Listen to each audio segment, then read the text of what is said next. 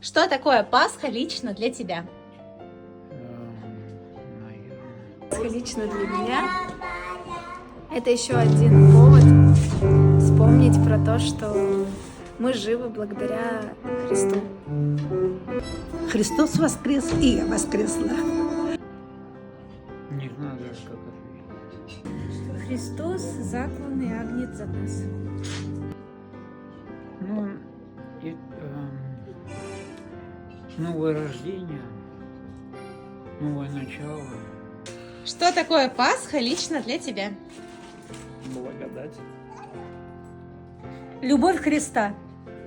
Праздник, радость, спасение. Праздник Победы Бога.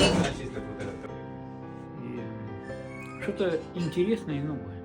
Что-то такое занимательное, привлекательное и при этом